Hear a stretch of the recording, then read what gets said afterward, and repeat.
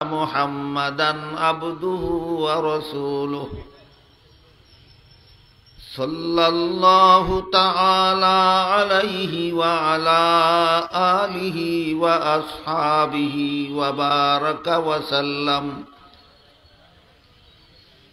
أما بعد فأعوذ بالله من الشيطان الرجيم. بسم الله الرحمن الرحيم. يوما ترجعون فيه إلى الله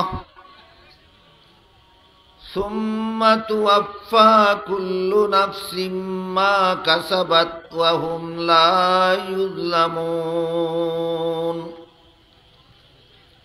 بارك الله لنا ولكم في القرآن العظيم ونفعنا وإياكم بالآيات والذكر الحكيم. শ্রদ্ধেয় সভাপতি, হযরত উলামায়ে কেরাম, এলাকার সর্বস্তরের মুসলমান ভাইয়েরা আমার ও আমার পর্দানিশীন মা ও বোনেরা, আমি আশা করি আপনারা জানেন যে আজকের এই মুবারক সমাবেশের আয়োজন একটা ইসলামী শিক্ষা প্রতিষ্ঠান মাদ্রাসার পক্ষ থেকে করা হয়েছে। তাই মাদ্রাসা শিক্ষার অতি গুরুত্বপূর্ণ একটা বৈশিষ্ট্য আছে। সেই বৈশিষ্ট্যটা আপনাদের সামনে অতি সংক্ষেপে তুলে ধরার জন্য আমি পবিত্র কোরআনের একটি আয়াত তিলাওয়াত করেছি। মাদ্রাসা শিক্ষার বৈশিষ্ট্যটা হলো শিক্ষা আছে। সবগুলি শিক্ষার মধ্য থেকে একমাত্র মাদ্রাসা শিক্ষার আলাদা বৈশিষ্ট্য হলো শুধুমাত্র মাদ্রাসা শিক্ষা বা কোরআন শিক্ষা বা ইসলামী শিক্ষা যাই বলেন, এই শিক্ষার দ্বারাই মানুষের অন্তরে আল্লাহর কাছে কি জবাব দেব এই ভয় জাগ্রত হয়। আমি যদি অপকর্ম করি, আমি যদি দুর্নীতি করি, আমি যদি জালিয়াতি করি, আর জগতের কোনো মানুষ যদি আমাকে ধরতে নাও পারে, তবুও শেষ বিচারের দিন আমার জীবনের সকল অপকর্মের ব্যাপারে জবাব দিতে হবে আল্লাহর কাছে। এই ভয়টা মানুষের অন্তরে দুনিয়ার আর কোনো শিক্ষার দ্বারা জাগ্রত হয় না, একমাত্র মাদ্রাসা শিক্ষার দ্বারা জাগ্রত হয়। এই ভয় যার অন্তরে জাগ্রত হবে না, সে যত বড় শিক্ষিত হবে তত বড় দুর্নীতিবাজ হতে বাধ্য।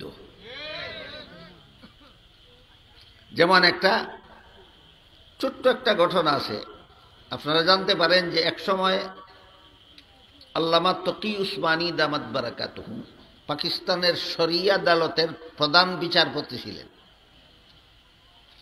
তিনি বিচারপতি থাকাকালে এক বক্তব্যে বলেছিলেন যে চোরের শাস্তির রায় দেওয়া আমার দায়িত্ব, কিন্তু আমি বিচারপতি হওয়ার পর থেকে আজ পর্যন্ত চোরের বিরুদ্ধে রায় দিতে পারিনি। তার কারণ হলো চোরকে আদালতে হাজিরই করা হয় না, থানার থেকে পুলিশে ঘুষ খাইয়া চোরকে থানার থেকেই বিদায় দিয়া দেয়।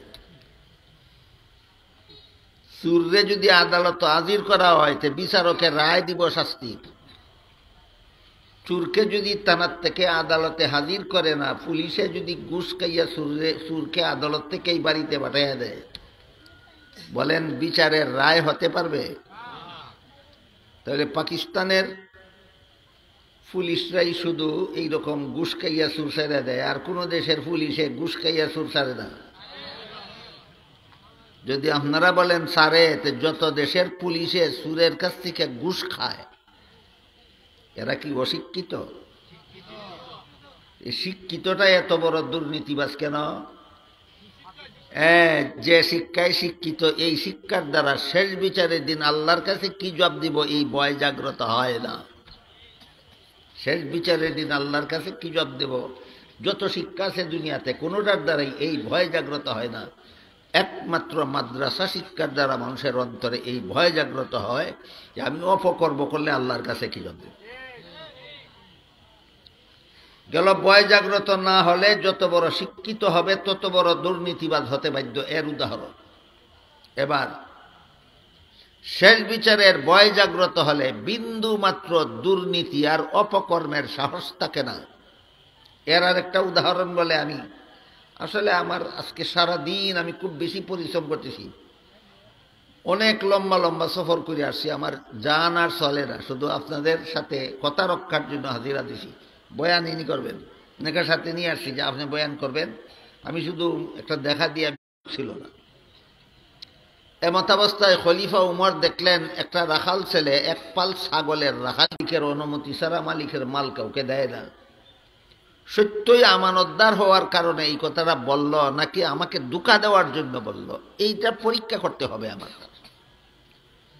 তাই খলিফা উমর রাখাল ছেলের বাস্তব অবস্থা পরীক্ষা করার জন্য বললেন যে ঠিক আছে, তুমি যদি একটা ছাগলের দুধ আমাকে বিনামূল্যে না দাও, উচিত মূল্যে একটা দুধের ছাগল আমার কাছে বিক্রি করে দাও, এতে আমার একটা উপকার হবে, তোমার একটা উপকার হবে। আমার উপকার এই হবে, এক্ষুনি আমি ছাগলটা কিনে নিয়ে ছাগলের দুধ দোহন করে পান করব, আমার পেটের খিদা নিবারণ হবে। তোমার উপকার এইভাবে, তোমাকে মালিক যা বেতন দেয় তো দিবেই, একটা ছাগলের মূল্য তুমি বেতনের অতিরিক্ত পাইলা, এটা তোমার উপকার। এই কথা বলার পরে রাখাল ছেলে খলিফা ওমরকে বলে, তোমার কাছে যদি আমি একটা দুধের ছাগল বিক্রি করে পয়সাটা আত্মসাৎ করে ফেলি, মালিকে যখন গনে দেখবো পালের ছাগল একটা কম, তখন তো আমাকেই জিজ্ঞেস করবে ছাগল একটা কম কেন, মালিককে কি জবাব দেব?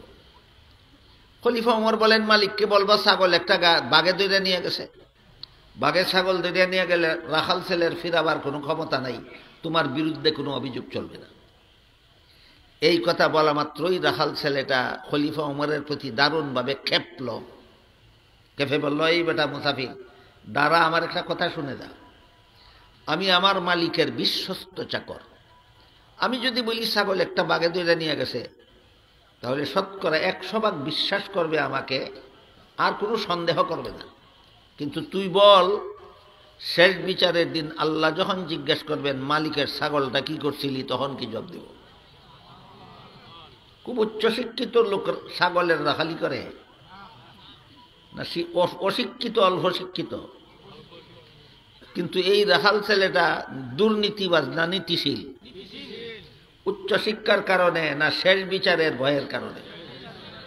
সুতরাং শেষ বিচারের ভয় যদি অন্তরে থাকে, শিক্ষা ও শিক্ষার ব্যবধান নাই, দুর্নীতিমুক্ত শেষ বিচারের ভয় অন্তরে জাগ্রত থাকাটাই দুর্নীতিমুক্ত সমাজ গড়ার জন্য যথেষ্ট। আর শেষ বিচারের ভয় যদি না থাকে, তাহলে যত বড় শিক্ষিত হবে তত বড় দুর্নীতিবাজ হতে বাধ্য। দুই কথার দুইটা উদাহরণ দিলাম, বুঝে থাকলে বলুন। জগতের সমস্ত শিক্ষার উপর মাদ্রাসা শিক্ষার আলাদা একটা বৈশিষ্ট্য আছে কিনা? সেটা হলো দুর্নীতিমুক্ত সমাজ গড়ার একমাত্র ব্যবস্থা ইসলামী শিক্ষা। দুর্নীতিমুক্ত সমাজ গড়ার একমাত্র ব্যবস্থা ইসলামী শিক্ষা।